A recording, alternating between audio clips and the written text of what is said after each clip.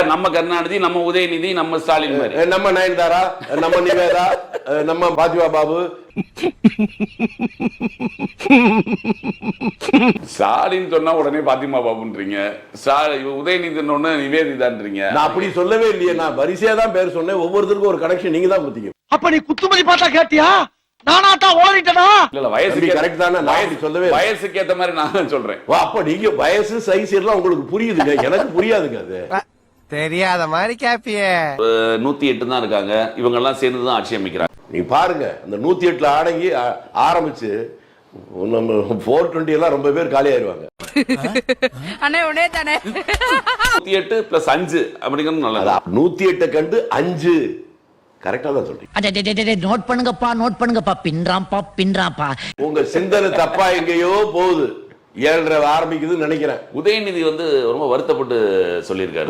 7:30 சொன்ன உடனே உதயநிதிக்கிறீங்க. 7:30 பார்த்து 5ஆவது உதயநிதின்றாரு அவரு.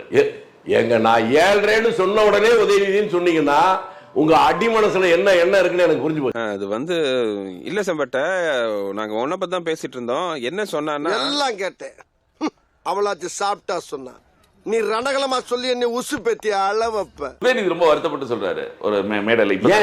ஏங்க ரொம்ப வருத்தப்படுறாருங்களே? துபாய் ரொம்ப தூரமா இருக்கு, அடிக்கடி போக முடியலங்கிறாரா? அத வேற ஞாபகப்படுத்திட்டீங்க. நெஞ்சமெல்லாம் பொண்ணா இருக்கு தம்பி. துணை முதல்வராக இருக்கும் பொழுது அதுக்காக கொஞ்சம் ரிலீஃப்காக அவர் அங்க போயிட்டு வந்தார். அப்ப இனிமே போக மாட்டாரு, பணி இல்ல. காங்கிரஸ் நம்ம ஓட்ட வாங்கி காங்கிரஸ் ஜெயிச்சிச்சு. ஏங்க அவங்க ஓட்ட வாங்கி தான் நாங்க ஜெயிச்சோம் இல்ல? அவங்க ஓட்ட வாங்கி அவங்க அப்பட ஜெயிக்க வைக்க முடியல. ஸ்டாலின் சொல்லியிருக்காரு, பிஜேபி இத்தனை நாள் ஆட்சியில் இருக்குன்னா காங்கிரஸ் தான் காரணம். காங்கிரஸ் செய்த தவறுனாலதான் தொடர்ந்து பிஜேபி. அதிமுக ரொம்ப நாள் ஆட்சி இருந்ததுக்கு யாரு காரணம்? அது ஸ்டாலின் தானா? என்னங்க எனக்கு ஒண்ணுமே புரியல. அதுதானப்பா எனக்கும் புரியல. அன்றே சொன்னார் கலைஞர். அன்றே சொன்னார் கலைஞர். கலைஞர்னா மிருதங்க கலைஞர், நாதஸ்வர கலைஞர், டும் கலைஞர், வயலின் கலைஞர், பல கலைஞர் இருக்காங்க. எந்த கலைஞரை சொல்ற? கள்ளத்தனம் செய்யும் காதகன் கருணாநிதி.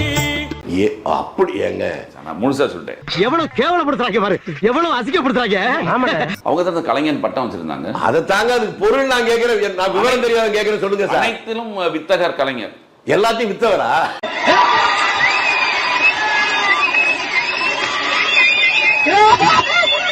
டெல்லியில போய் எத்தனை நாள் காலில் தொட்டு உங்க தங்கச்சி எல்லாம் போய் விழுந்துச்சு, அது தெரியாத உங்களுக்கு?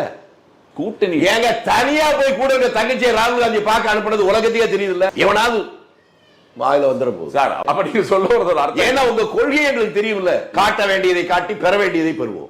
நீங்க சொல்றத வச்சு பார்த்தா ஆமாண்டா குண்டா, இவனது ஒரு கேவலமான குடும்பம். உதவாநிதி என்னமோ சொன்னாரு சொன்னீங்கல்ல? உதயநிதியா? இந்த உதவாநிதின்னு எங்க வீட்டுல சொன்னாங்க. எங்க பிள்ளைங்களுக்கு எல்லாம் தெரியாது, அப்படிதான் சொல்றாங்க உதவாநிதி. Emotional damage. கரூர் சம்பவம் நடக்கும்போது துபாயில இருந்து முதல் நாள் போனவர் மார்னிங் ஃபிளைட் பிடிச்சி வந்து இங்க வந்து அழுதுட்டு அடுத்த ஃபிளைட் பிடிச்சிட்டு நடவடிக்கைகள் எடுத்துட்டு அடுத்த ஃபிளைட் பிடிச்சி துபாய் போயிட்டாரு. அடுத்த நிமிஷமே திரும்பி துபாய் போனா எவ்வளவு பெரிய முக்கியமான வேலைக்கு இருக்கும். நடவடிக்கை எடுக்க சொல்லிட்டாரு. நடவடிக்கை எல்லாம் கரெக்டா எடுங்கன்னு சொல்லிட்டு. அதை தாங்க சொல்றேன்.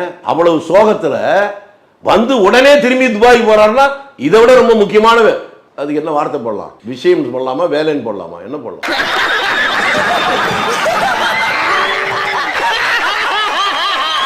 20 வருஷத்துக்கு மேல நம்முடைய முதுகு மேல ஏறி நின்று நம்ம மேல சவாரி செஞ்ச காங்கிரஸ் கட்சி இன்னைக்கு நம்முடைய முதுகுல குத்திட்டு போயிருக்கு. நான் தான் தோல்ல தூக்கி வச்சுக்கிறேன், தலையில தூக்கி. அவ்வளோ ரோசக்காரனா இந்த தனியா நில்ல. நீ தனியா நில்லு ராஜா. எதுக்கு தோல்ல சுமக்கிற? சுமதானே அது. எதுக்கு வேண்டாம் ராஜா, நீ விட்டுற. நீ தான் ரோசக்காரனாச்சே.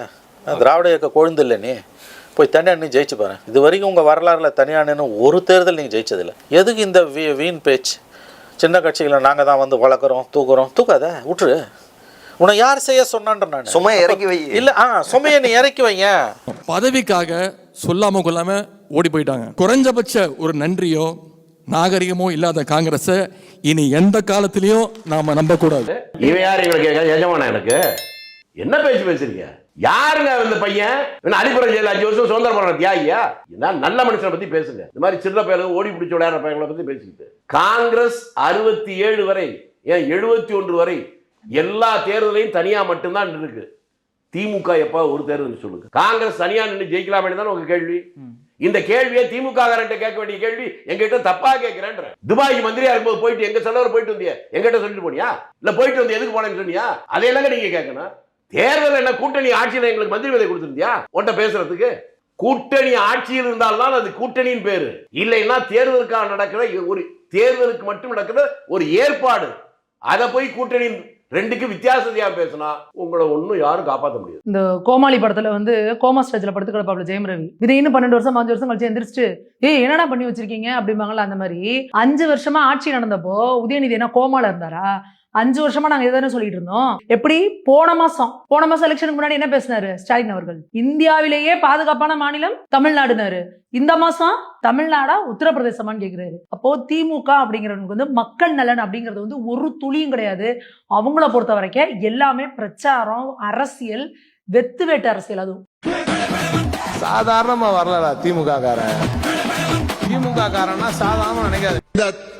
கொம்பனும் குறை சொல்ல முடியாத அளவிற்கு ஆட்சி நடத்தி கொண்டிருக்க. எங்க பார்த்தாலும் பாலியல் வன்கொடுமை, போதை கலாச்சாரம் இருக்கு. இதை தவிர வேற என்ன சொல்ல முடியும்? இங்க ஒருத்தர் இருக்காரு தமிழ்நாட்டுல, அவருக்கு குடியரசுனா என்னன்னு தெரியாது. ஜனவரி மாதம் 25ஆம் தேதி குடியரசு நாளில் கவர்னர் திட்டம்.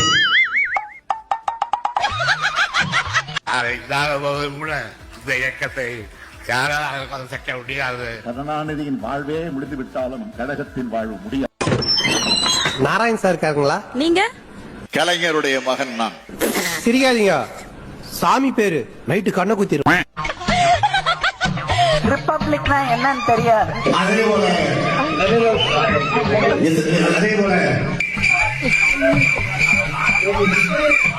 ஜனவரி மாதம் டிசம்பர் மாதம் 25ஆம் தேதி கவர்னர் கொடியை வைக்க நாங்கள் மறுக்கிறேன். தமிழ்ல ஒரு பழமொழி இருக்கும், மழை விட்டாலும் தூமானம் விடாதுன்னு சொல்லுவாங்க. இந்த 5 வருஷம் புயல் அடிச்சது, மழை கூட இல்ல, சட்டம் ஒழுங்கு சரியில்லைங்கிற புயல், கஞ்சா புயல், போதை கலாச்சார புயல், பெண்கள் குழந்தைகளுக்கு பாதுகாப்பு இல்லைங்கிற புயல் 5 வருஷம் அடிச்சுக்கிட்டு இருந்துச்சு. நம்ம சொல்லிக்கிட்டே இருந்தோம். 5வது வருஷம் காலையில வந்து இப்ப நேத்து நைட்டு புயல் வந்துச்சுன்னு வச்சுங்க, இன்னைக்கு காலையில ஊர் பூரா சுத்தமாயிருமா ரமணி? சொல்லுங்க ரமணி, நேத்து நைட்டோட புயல் முடிஞ்சது, இன்னைக்கு காலையில எந்திரிச்சு வந்து பார்த்தோன்னா ஊர் பூரா சுத்தமாயிருமா? இன்னைக்கு காலையில எந்திரிச்சோன்னே ஆஹா என்ன வந்து இப்படி இருக்குதே அப்படின்னு நீங்க வந்து கோமால எந்திரிச்சு வந்த மாதிரி பேசினாக்கா இப்போ ஒன்றும் இல்லை. அவங்க கொடுக்கக்கூடிய புள்ளி விவரங்கள் ரமணி, டிஜிபி ஆஃபீஸ்ல இருந்து அவங்க கொடுத்த ப்ரெஸ் ரிப்போர்ட்ல ஒரு 2 நாளைக்கு முன்னாடி வந்த ரிப்போர்ட் இது. இதுல வந்து பாத்தீங்கன்னா அவங்க சொல்றாங்க கடந்த 3 நாட்கள் மட்டும் 15,349 ரவுடிகளை கூப்பிட்டு என்கொயரி பண்ணிருக்காங்க. அதுல 12,650 ரவுடிகள் ஹிஸ்டரி ஷீட்டர்ஸ், 2,699 ரவுடிகள் நான் ஹிஸ்டரி ஷீட்டர்ஸ். பட் இருந்தாலும் அவங்க ரவுடிங்க. இதை விசாரிச்ச வகையில 3,246 ரவுடிகள் மேற்கொண்ட விசாரணை பண்ணணுங்கிறதுக்காக டீடைன் செய்யப்பட்டிருக்கார்கள். 844 ரவுடிகள் ரிமாண்ட் செய்யப்பட்டிருக்கார்கள். அது மட்டும் இல்ல, அவங்க கொடுக்கக்கூடிய இன்னொரு புள்ளி விவரம் என்னன்னு கேட்டீங்கன்னா 294 NDPS கேஸ் ஃபைல் ஆயிருக்குது. யாரு தாவே காட்சிக்கு வந்ததுக்கு அப்புறம். NDPS உங்களுக்கு தெரியும், narcotic drugs and psychotropic substances, போதை வழக்கு வந்து 294 வழக்கு இந்த 12 நாள்ல பதியப்பட்டிருக்கு.